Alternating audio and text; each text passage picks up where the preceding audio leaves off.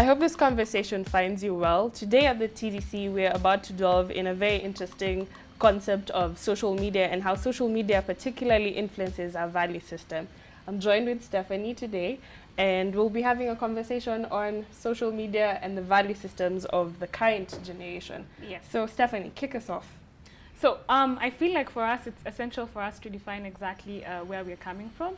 And I feel like there's terms that's usually used very loosely in terms of this particular conversation. And we'll start off with the understanding of where did social media come in and who exactly are we talking about when we talk about social media influencing the value systems of society. There was a term I found it very interesting. It was called baby boomers or something. Yeah, those are guys who are boomers. born ideally when our parents are supposed to be born in the 40s, the 50s.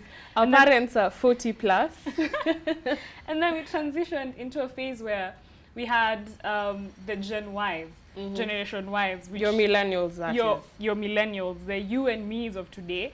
And then there's the Gen Z, those that were born in 2000 and farm. Compound sentence, yes.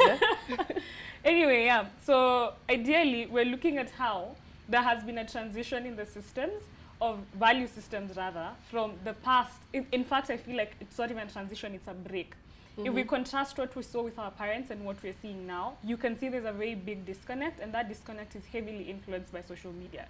It's the idea that we are trying to unlearn certain things, which is very healthy because a lot of the things that were done back in that age were not necessarily the most ideal. Women did not have representation. There's a lot of things.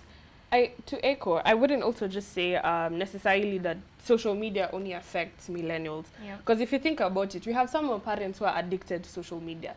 The reason why Facebook is booming is because a lot of our parents still use the platform, and you can still see nuances of how social media is also affecting, is also changing what they view as their value system. Some of our parents are also struggling to fit in these social media circles and maneuvering how to go about everyday life. But I feel like I'd be very concerned at that point for the simple reason, samaki mkunja angali mbichi. As in, it's one of those things for when you're 50, you're set in your ways. There is no straightening a bent tree when you're 25 years old. How hard is it to change you now? If you eat Weetabix in the morning, that's just that. So I feel like a lot of social media, or rather how we use social media, is very different if you look at the different generations. If you look at your parents, they're trying to keep in touch with their grandmothers and whoever else is on social media. Yes. But I think for our age, it's trying to redefine the space or the values we are existing in currently. And it's networking with people, trying to understand how different things work and trying to see what we can borrow and what we can't borrow. But the problem is we seem to be borrowing everything. So recently I came across this thread that was very interesting. In fact, it informed a larger part of this conversation. It was a thread about what has Twitter taught you? Twitter being that one place that is not really we can't entirely say it was... We can't police the Twitter space. Exactly. So the conversation was, what has Twitter taught you? So these were the interesting tweets. Twitter has taught me to leave my mans if he has refused to spoil me on Valentine's Day, regardless of how good our relationship has been. I will not delve into that. Twitter has taught me to cancel my friends if they forget my birthday. Sincerely. What other excellent advice have you taken from Twitter that has helped your life immensely? Oh, the sarcasm. I think the one I liked the most was Twitter has taught me that marriage is ultimately a slavery arrangement where the man is the master and the woman is the slave. Equality means both men are the heads of the home, but as all financial responsibilities fall on the man, women are born disadvantaged, but only men must do all the hard jobs. I think... Twitter taught me for as long as I'm born a female, I'm automatically oppressed. The oppressor narrative.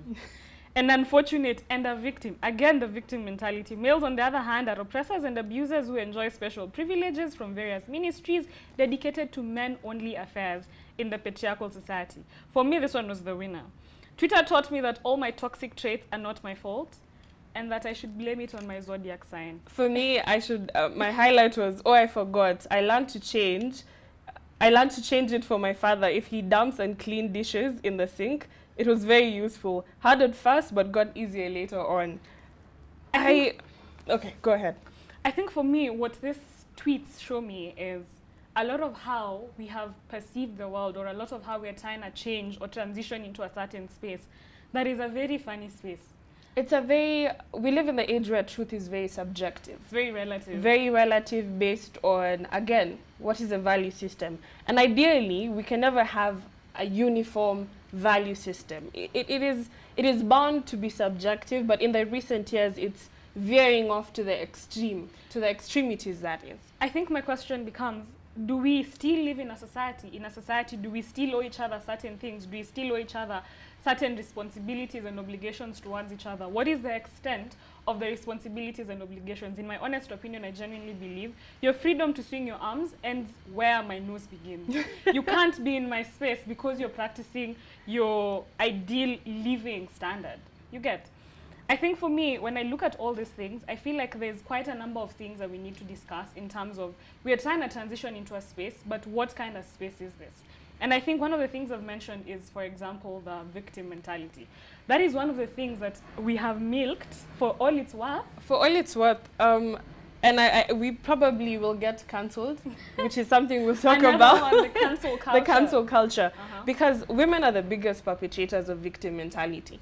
And it is not to... You really chose to be cancelled, huh? Yeah, I chose to be cancelled. It is not to justify that we do not go through very difficult things in the times and the season that we live in. But it's the conditioning that at every stage in life, women are continually disadvantaged, and there's nothing we can do about that.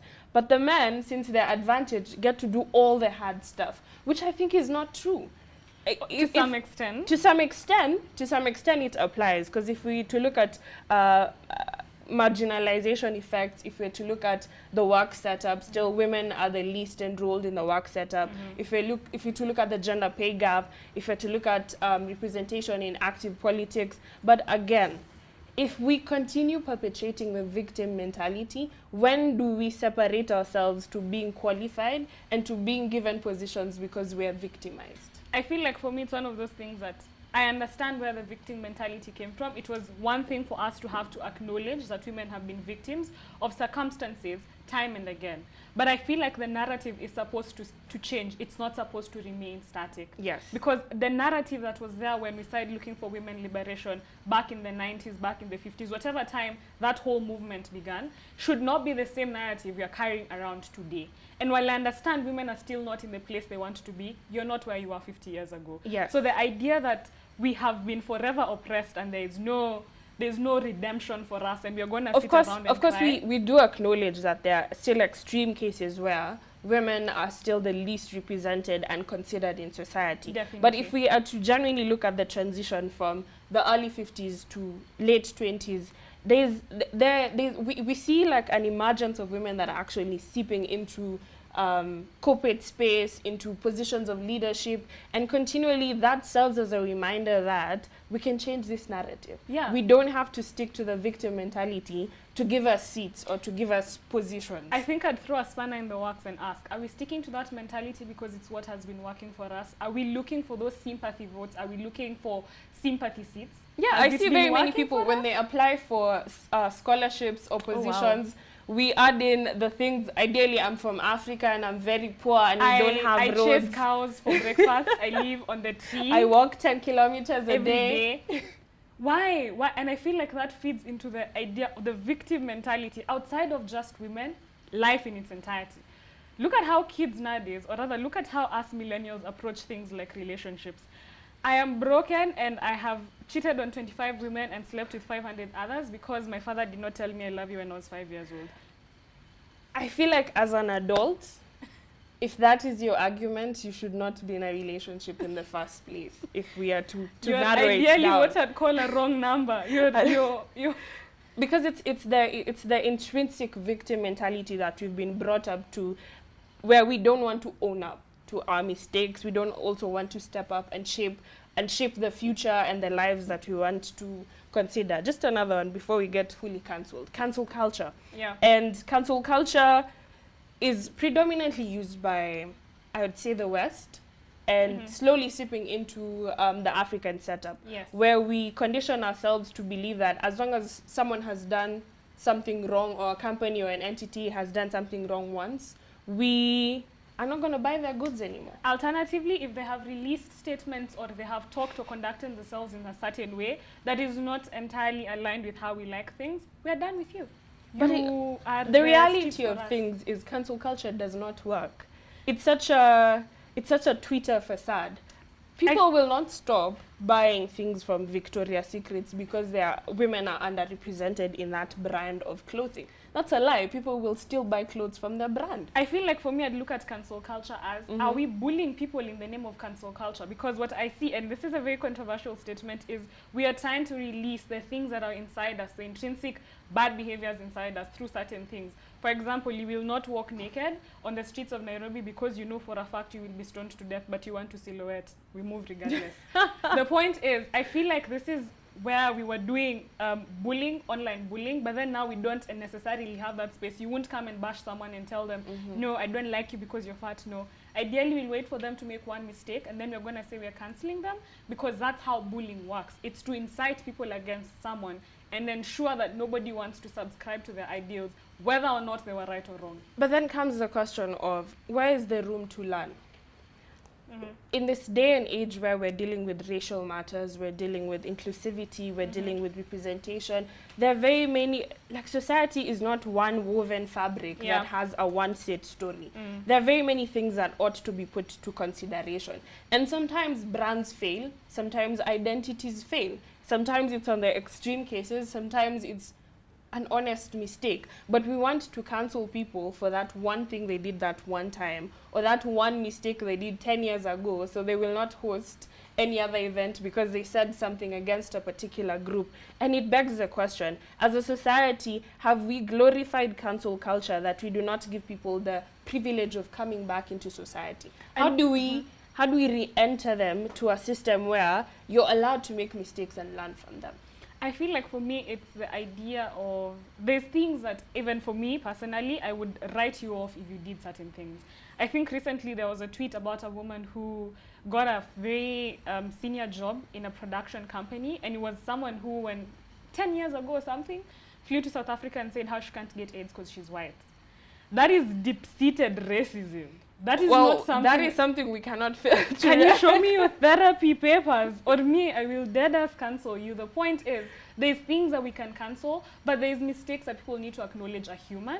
And there has to be that space to, like you said, allow for a transition back into society, that I made certain mistakes, just like you. If your parents had cancelled you when you took sugar when you were 5, I mean, it just doesn't make sense. It doesn't make sense. Ideally, yeah, there are some mistakes that don't get the privilege of being lightly carried with. And I feel like, personally, I draw the line when your actions solicit a huge amount of outrage, not only for a specific demography, but when you outrightly carry your privilege and basically you don't use it to create safe spaces or room for others, but you use it to make others feel less of themselves. And in such a case, one, hypothesizing that in Africa is where you can get AIDS, and also carrying yourself as a white supreme, that because I'm white, I cannot get AIDS. We constantly are seeing such narratives, and in such cases, yeah, cancel culture can work. But in cases where I wore the wrong outfit, or my makeup artist was not doing the most, or I sang something that is an artistic expression of myself that wasn't received well in society, do we give people room to come back and like express themselves? And can we learn from that? Because Twitter is where everyone's constantly on a battlefield. On our phones, we're marching to, I'm not even sure where. It is the literal term violence. And as much as I usually am not pro that term, for the simple reason, I don't understand why someone says something sensible, people call it violence. I hear it a lot with my friends, where someone tells me, you chose to be violent, Steph. No, I just chose to speak sense. I don't see how that is considered violence. Brutal honesties are really not welcomed in the day and age that we live in. It's not for social media. It is not for social media. And I feel like it's ideally, but we cannot also villainize that social media has had good, in the sense that the platform has allowed us to do some very positive things in society. It's the regulation that doesn't really come through easily. I feel like with that knowledge in mind, and before we move to that, I feel like there's the element that you've talked about, the element of things that draw outrage. And one of those things in this country is body shaming of whatever kind. And I feel like that has to be one of those sensitive conversations, because every single time I see a man-women conversation or a conversation that has those two facets in play, I see a lot of... I'm going to use a very good example just before you continue. In this setup now, as we're seated here, we could discuss a male character and sexually objectify them, and we would trend on Twitter because it was humorous. Yes. If our counterparts, Bill and his friends, sat here and sexually objectified either of us, he'd have to move to Uganda. Literally. You'd have to go and live as an alpaca somewhere in, I don't know, wherever Vancouver. he's going to move to. And it begs the question of, again, it seeps into the concept of gender roles and our affiliations. And double standards. And double standards. Those are deep-seated double standards, that it's okay for women to objectify men, and we see it continually. But in the minute a man does the same, we're done with Where him. do we draw the line between objectification and preference? Because a lot of what I see is necessarily men just saying, I prefer this to this. The same way you'll come and tell us, me, I don't like light-skinned men. This is how light-skinned men roll. This is how, I don't know, they go to a club and drink Tusker cider. That in itself, if a woman was, if the same exact treatment was given to a woman, we would be done. I mean, if a fit man said, I do not want to date a fat woman, we automatically cancel them. Oh, you're not body positive. No, love is not like that. It doesn't work like that. No. And I feel like they're very intrinsic, they're very intrinsic preferences. It's just how it's expressed. Yes. If you express it in a respectable manner where I do not make you feel less of yourself because you're not my preference, then that's allowed. The problem comes now when you want to rub it on your face. But how do we draw the line? We have become so sensitive about so many things. Someone could respectfully tell you something and you'd still be up in flames just because it was not fitting your ideal. But anyway, like you said, social media has had its good and its bad. I feel like one of the things that we need to learn, and not one of the things that is debatable for me, is what do you pick off of social media? Because you're forgetting that these are people with their childhood traumas, with their bad manners, their lives. I just don't use Twitter. I do not have the patience for Twitter. I do have an account, but it's very ceremonial because of the reason where every point or notion is valid. Yeah. The platform is necessary. Yeah. In here, when we're having this conversation, we've created a platform to have these conversations in a sober manner. Yeah. But on Twitter, I will say one wrong thing and I will be a thread. I will be trending on your WhatsApp groups everywhere. And I feel like it's what you choose to consume and also what you choose to engage in. Yeah. Because a lot of the times you also attract it ourselves. You know very well that you want to say something and this is not the platform for it. But you insist on saying it there because democracy and freedom of speech is warranted. But then when the outcome comes, when people start engaging with it, you're mad. You need to understand that Twitter has no patience for people, and a lot of social media platforms are like that. You can't go about picking stuff or life lessons from places like Twitter. I don't feel like social media was created, it was entertainment. Nobody brings entertainment to their bedroom, for God's sake. We should tell our Kenyans that. Yeah, there's no way you're telling me what Lori Harvey was gotten for Valentine's, and then you want me to benchmark. I can't, and I won't. I simply won't. Which reminds us of our first tweet that Twitter has taught me, as long as my man is not treating me for Valentine's, he is trash, no matter how good the relationship is based on. Yeah. And again, the things that we're constantly sipping on from social media. On a more serious note, when it comes to kids and teenagers, what are some of the things that our children are taking from social media and we're not being conscious about when it comes to suicide, bullying, and things of that nature? I feel like social media plays a very critical role on their value systems. Yeah, look at, for example, the Lawrence story, the Lawrence saga of killing 5 family members and where it stemmed. Like we've said, I feel like at this point we can just agree, whatever you consume is bound to show in your value systems. And I can tell you for a fact, some social media platforms are not the places you should be consuming some of this stuff. And I feel like as we wind this up, it's up to you to know exactly what you're consuming and how it's going to affect you, and to understand the space you're in as a person and where that is best expressed. Just know you don't have to express anything at all times. We will not die if we do not know about the sandwich you ate last night. So yeah, ideally that has been the conversation here. We are just breaking down exactly how social media and its values have seeped into our community as we see it. If you have comments, opinions, And questions on the same, we'd love to hear from you. What are some of the things you have learned from social media that you do not necessarily find healthy? You could be sarcastic, you could be honest. We'd love to hear from you. From us here at the Debate Circle, it is goodbye until next time.